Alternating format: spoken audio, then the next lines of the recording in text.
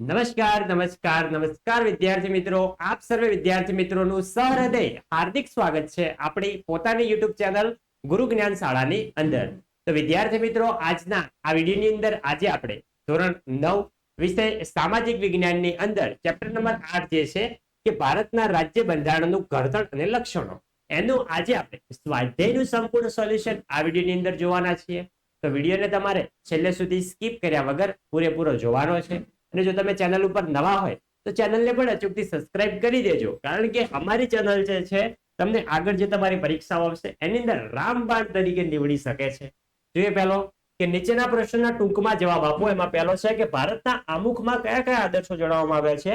જે આપણા ભારત દેશનું બંધારણ છે એની શરૂઆત આમુખથી થાય છે, તો એમાં કયા કયા આદર્શો જણાવવામાં આવ્યા છે તેના વિશે વાત કરેલી છે. જોઈ શકો છો સંપૂર્ણ પ્રશ્નોનો જવાબ તમને ટોપિક વાઇઝ આપેલો છે. તમે વિડીયો સ્ટોપ કરો, પ્રશ્નનો જવાબ સંપૂર્ણ વાંચી લો, સમજી લો, પછી તમે લખી શકો છો. બાકી બેઠે બેઠું વિડીયો જોઈ કોપી પેસ્ટ કરવાનું નથી. નેક્સ્ટ આગળ વધીશું તો આગળ પણ જોઈ શકો છો એના મુદ્દા કન્ટિન્યુ છે. બીજો, સાર્વત્રિક પુખ્ત વય મતાધિકાર કોને કહેવાય છે? તો ભારતમાં બંધારણમાં 18 વર્ષની ઉંમરના તમામ નાગરિકોને કોઈ પણ જાતિ, ધર્મ, શિક્ષણ, આવક, કોમ કે જન્મસ્થાન જેવા કોઈ પણ જાતના ભેદભાવ મુક્ત રીતે દરેક નાગરિકને સમાન અધિકાર આપવો તેને સાર્વત્રિક પુખ્ત વય મતાધિકાર કહેવામાં આવે છે. એટલે કે ભારત દેશની અંદર જન્મેલા જે તમામે તમામ નાગરિકો છે એને સમાન અધિકારો, સમાન ફરજો, બધું જ સમાન આપવામાં આવ્યું છે. નેક્સ્ટ આગળ વધીશું. આગળ છે ત્રીજો કે ભારતીય બંધારણ સમવાયી છે ચર્ચો, તેના આપણે માહિતી આપવાની છે. અને મિત્રો તમે એક વાત નોટિસ કરજો કે જોઈ શકો છો કે જ્યાં મુદ્દા પાડ્યા હોય ત્યાં આવી રીતે તમારે અત્યારે પણ તમે લખતા હોય તો શક્ય હોય તો કાળી બોલપેનથી આવી રીતે મુદ્દા પાડીને લખવાનું છે. અને તમે જ્યાં બાકીનું જે લાલ કલરથી લખાણ છે એ તમે તમારી બ્લુ પેનથી લખી શકો છો. તો તમારો પ્રશ્નનો જવાબ જે છે સારો, સ્વચ્છ અને સુંદર લાગશે. પરીક્ષાની અંદર પણ જો તમે આવી રીતે લખવાની ટેવ પાડશો તો તમે પૂરેપૂરા માર્ક્સ મેળવી શકશો. કારણ કે આગલું જે વર્ષ છે એ આપણું બોર્ડનું વર્ષ છે, ધોરણ 10નું. અમારી ચેનલ સાથે જોડાયેલા રહેશો તો બોર્ડની પરીક્ષા પણ તમે આસાનીથી સારા એવા ટકા માર્ક્સ મેળવી શકશો. ધોરણ 9માં પણ સારા એવા માર્ક્સ મેળવી શકશો. કારણ કે અમે જ્યારે તમારી પરીક્ષાઓ આવતી હશે, પ્રથમ પરીક્ષા, દ્વિતીય પરીક્ષા, વાર્ષિક પરીક્ષા, એમાં અમે મોસ્ટ આઈએમપી પેપર સોલ્યુશન તમને કરાવીશું, આઈએમપી પ્રશ્નો આપીશું જે તમને પરીક્ષાની અંદર પૂછવાના ચાન્સ ખૂબ જ વધુ એટલે કે 90.99% હોય છે. તો મિત્રો તમને અચૂકથી લાભ થવાનો છે. તો તમે તો ચેનલને સબસ્ક્રાઇબ કરજો જ, પણ તમારા મિત્રને પણ કરાવજો, જેથી કરીને તે પણ લાભ લીધા વગર ના રહી જાય. જો ચોથો કે સંસદીય પદ્ધતિની સરકારના લક્ષણો જણાવો. તો સરકારના લક્ષણો જે છે એ સંપૂર્ણ તમને મુદ્દાવાઇઝ અલગ અલગ કરીને આપેલા છે. વિડીયો સ્ટોપ કરી તમે પ્રશ્નો ધ્યાનથી વાંચી સમજીને પછી પોતાના નોટબુકની અંદર લખી શકો છો. નેક્સ્ટ આપણે આગળ વધીશું. આગળ છે પાંચમો, એકીકૃત ન્યાયતંત્ર એટલે શું? તો બંધારણીય જોગવાઈ અનુસાર ભારતમાં સ્વતંત્ર, નિષ્પક્ષ અને એકસૂત્રી ન્યાયતંત્રની સ્થાપના કરી છે. તો એના મિત્રો મુદ્દા છે, જોઈ શકો છો અલગ અલગ. નેક્સ્ટ હવે આગળ વધીશું.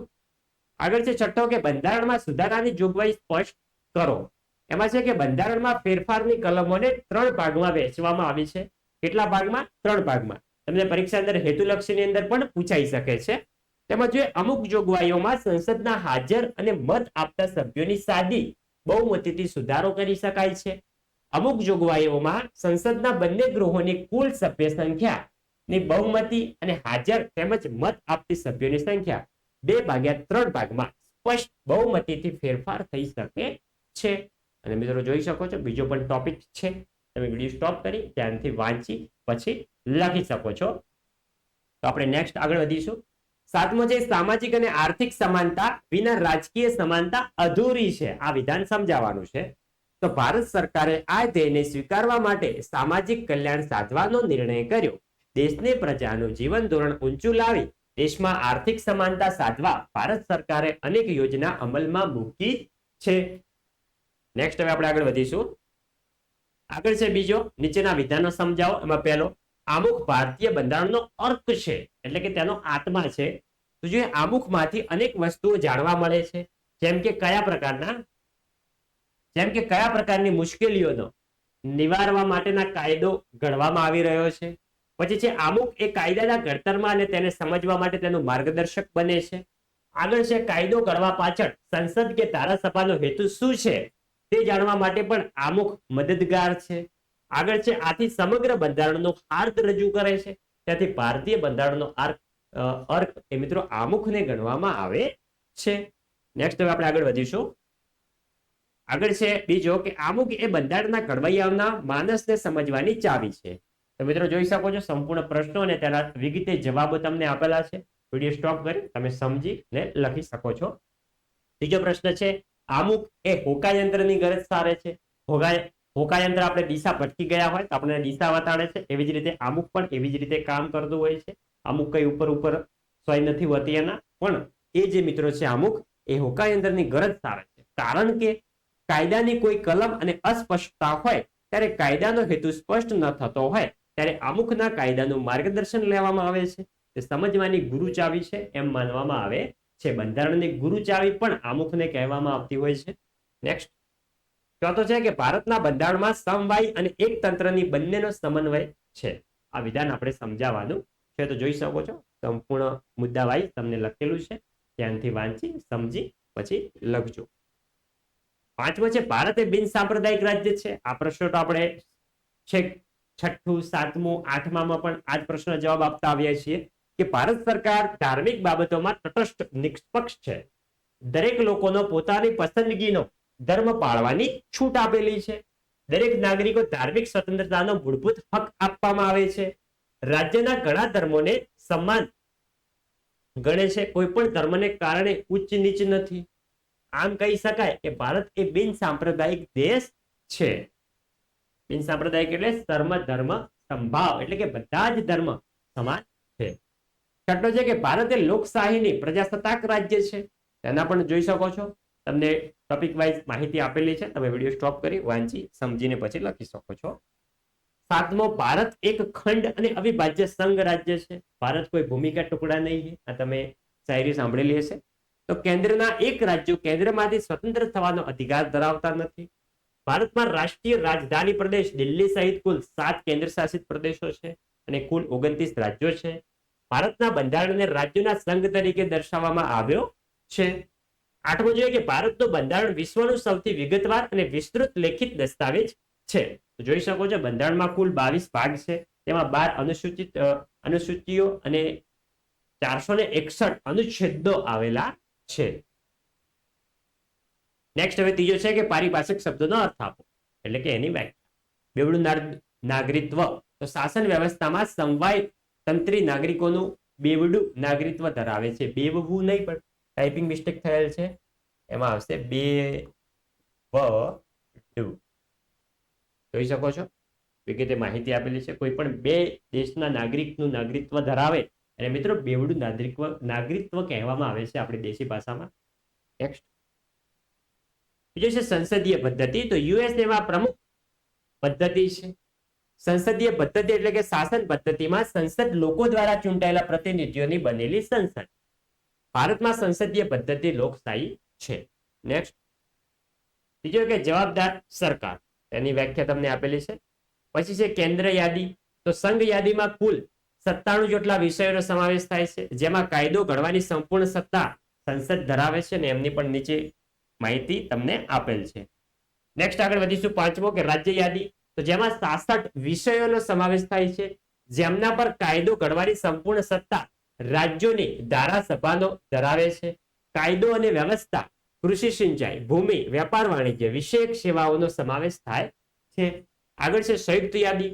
તો સંયુક્ત યાદીમાં ટોટલ 47 જેટલા વિષયોનો સમાવેશ કરવામાં આવે છે અને એની વિગતે પણ તમને ટોપિક આપેલા છે. નેક્સ્ટ હવે આપણે આગળ વધીશું. આગળ છે સાતમો શેષ સત્તા. શેષ સત્તા કોને કહેવામાં આવે છે તો એના વિશે પણ તમને સમજાવેલું છે. આઠમો છે સમાજવાદ.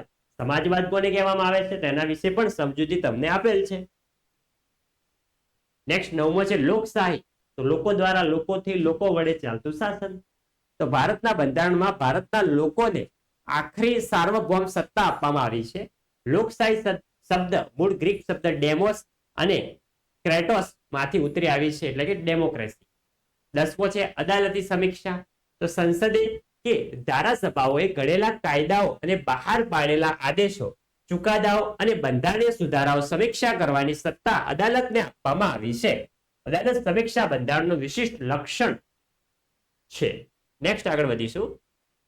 આગળ છે આપણા વિકલ્પો જોઈએ. પહેલો, બંધારણ ઘડતરનું કાર્ય ક્યારે પૂરું થયું? બંધારણ ઘડતરનું જે આપણું કાર્ય હતું એ ક્યારે પૂરું થયું હતું? તો ઈસવીસન 1949 પૂરું થયું હતું. નેક્સ્ટ આગળ છે બીજો કે કેન્દ્ર યાદીમાં કેટલા વિષયો સમાવિષ્ટ છે? તો કેન્દ્ર યાદીમાં 97 વિષય સમાવિષ્ટ છે. 97. નેક્સ્ટ આગળ વધીશું. આગળ છે ત્રીજો કે ભારતીય બંધારણ સભાના અધ્યક્ષનું નામ શું હતું? તો ભારતીય બંધારણ સભાના અધ્યક્ષનું નામ હતું ડોક્ટર રાજેન્દ્ર પ્રસાદ. નેક્સ્ટ આગળ વધીશું. આગળ છે ચોથો કે ભારતીય બંધારણ ક્યારે અમલમાં આવ્યું? તો ભારતીય આપણું જે બંધારણ છે એ મિત્રો યાદ રાખવાનું છે.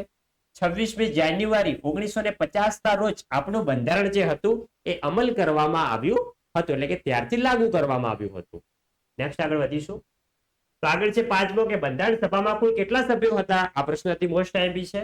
તો બંધારણ સભામાં ટોટલ 389 સભ્યો હતા. નેક્સ્ટ આગળ વધીશું. આગળ છે છઠ્ઠો કે ભારત પ્રજાસત્તાક રાજ્ય છે કારણ કે એનું કારણ આપવાનું છે. તો પ્રજાસત્તાક રાજ્ય છે પણ શાના કારણે? તો તે લોકશાહી રાજ્ય છે. નેક્સ્ટ હવે આપણે આગળ વધીશું વિડીયોમાં. તો આગળ છે પાંચમો છે પ્રશ્ન. આપણે પ્રશ્ન વાંચીએ કે બંધારણમાં વિશિષ્ટ લક્ષણો પૈકી દ્વિગૃહી સંસદીય પદ્ધતિ, સમવાય અને એકતંત્રી વ્યવસ્થા, એકીકૃત અને સ્વતંત્ર ન્યાયતંત્ર, બંધારણમાં સુધારો, અદાલતી સમીક્ષા પર સવિસ્તાર નોંધ લખો. જો જવાબ પહેલી છે દ્વિગૃહી સંસદીય પદ્ધતિ, એમના વિશે તમને ટોપિક વાઇઝ માહિતી આપેલી છે. નેક્સ્ટ છે સમવાપી, એમના વિશે તમને સંપૂર્ણ 3 ટોપિક આપેલા છે. પછી છે એકીકૃત અને સ્વતંત્ર ન્યાયતંત્ર, એમના વિશે પણ તમને 3 ટોપિક આપેલા છે. નેક્સ્ટ બંધારણમાં સુધારો, આગળ છે અદાલતની સમીક્ષા. તો સંસદની સત્તાઓને અવગણ્યા વગર અદાલતની સમીક્ષા વિશેના સિદ્ધાંતો વચ્ચે એક સુમેળ સ્થાપવાનો પ્રયાસ બંધારણમાં કર્યો છે.